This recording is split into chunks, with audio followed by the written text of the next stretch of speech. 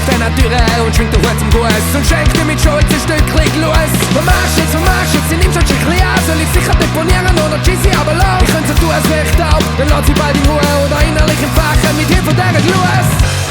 Klein brennen, das ist doch ein Kloß. Klein brennen, das legt in mir los.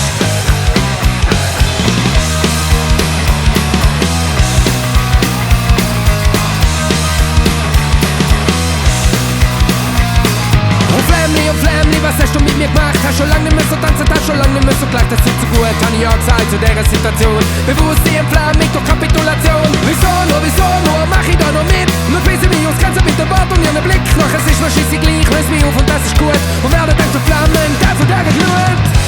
Ein klein brennen,